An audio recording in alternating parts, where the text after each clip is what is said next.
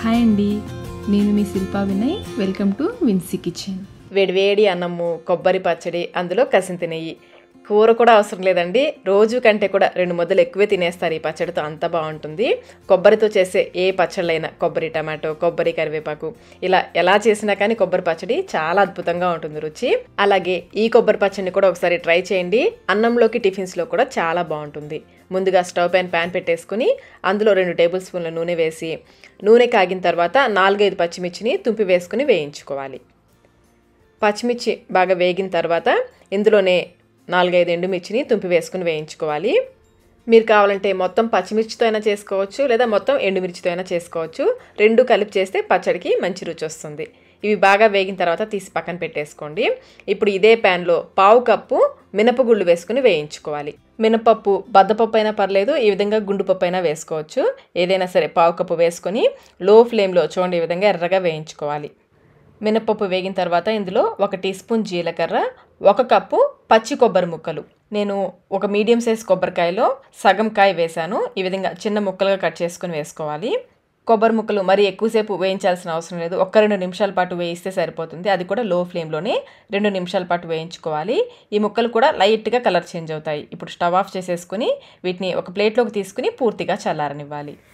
ఇప్పుడు ఇదే ప్యాన్లో 1 స్పూన్ నూనె వేసుకుని, నూనె కాగిన తర్వాత 1 టీ స్పూన్ పచ్చెనపప్పు, 1 టీ స్పూన్ మినపగుళ్ళు, 1/2 టీ స్పూన్ ఆవాలు, 1/4 టీ స్పూన్ జీలకర్ర వేసుకుని వేయించుకోవాలి. ఇవి బాగా వేగిన తర్వాత 1 ఎండుమిర్చిని కూడా తుంపి వేసుకుని వేయించుకోవాలి. పోపు వేగగానే స్టవ్ ఆఫ్ చేసేసుకోండి, ఆ వేడికి ఎండుమిర్చి కూడా వేగిపోతుంది. అలాగే కొంచెం ఇంగువ 2 పఫ్స్ ఇస్తే సరిపోతుంది. అలాగే కొంచెం కరివేపాకు కూడా వేసుకొని వేయించుకోవాలి. ఈ విధంగా పోపు వేసి పెట్టేసుకోండి. ఈలోపు కొబ్బరి ముక్కలు కూడా చల్లారుంటాయి, వాటిని మిక్సీ జార్లోకి వేసేసుకోవాలి. ఇవి పూర్తిగా చల్లారిన తర్వాతనే మిక్సీ జార్లోకి వేసుకోవాలి. మనం ఈ పచ్చడిలో మినపగుళ్ళు వేసాం కదండి, వాటి ప్లేస్లో కందిపప్పు వేసుకుంటే కూడా చాలా బాగుంటుంది.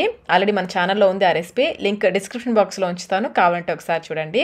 అలాగే ఇందులో 7-8 వెల్లుల్లి రెబ్బలు, చిన్న నిమ్మకాయ సైజ్ అంత చింతపండుని ముందే కొంచెం నీళ్ళు పోసి నానబెట్టుకోవాలి. నీళ్ళతో సహా వేసేసుకోండి. అలాగే 1 టీ స్పూన్ వరకు ఉప్పు కూడా వేసేసి గ్రైండ్ చేసుకోవాలి. ఇలా కచ్చాపచ్చగా గ్రైండ్ చేసుకున్న తర్వాత కొంచెం నీళ్ళు పోసుకుంటూ గ్రైండ్ చేసుకోవాలి.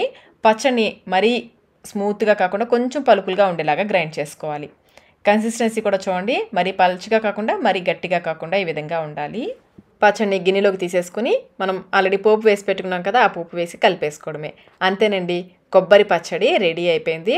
అదే మీరు టిఫిన్స్లోకి చేసుకోవాలనుకుంటే కొంచెం పలుచగా చేసుకోవచ్చు. మనం అన్నంలోకి చేసుకుంటున్నాం కాబట్టి కొంచెం గట్టిగా చేసుకుంటేనే బాగుంటుంది. వేడి అన్నము, కొబ్బరి పచ్చడి, అందులో కసింత నెయ్యి. మా ఇంట్లో అయితే ఈ కొబ్బరి పచ్చడి చేసిన రోజు కూరంతా మిగిలిపోతుందండి, పచ్చడితోనే తినేస్తాం అన్నం అంతా, అంత బాగుంటుంది పచ్చడి. మరి మీరు కూడా ఒకసారి ఈ కాంబినేషన్లో కొబ్బరి పచ్చడిని ట్రై చేయండి. ట్రై చేసి మీకు టేస్ట్ ఎలా అనిపించిందో మాకు కమెంట్ రూపంలో తెలియచేయండి. ఈ వీడియో మీకు నచ్చినట్లయితే లైక్ చేయండి, మీ ఫ్రెండ్స్కి, ఫ్యామిలీ మెంబర్స్కి షేర్ చేయండి. Thank you.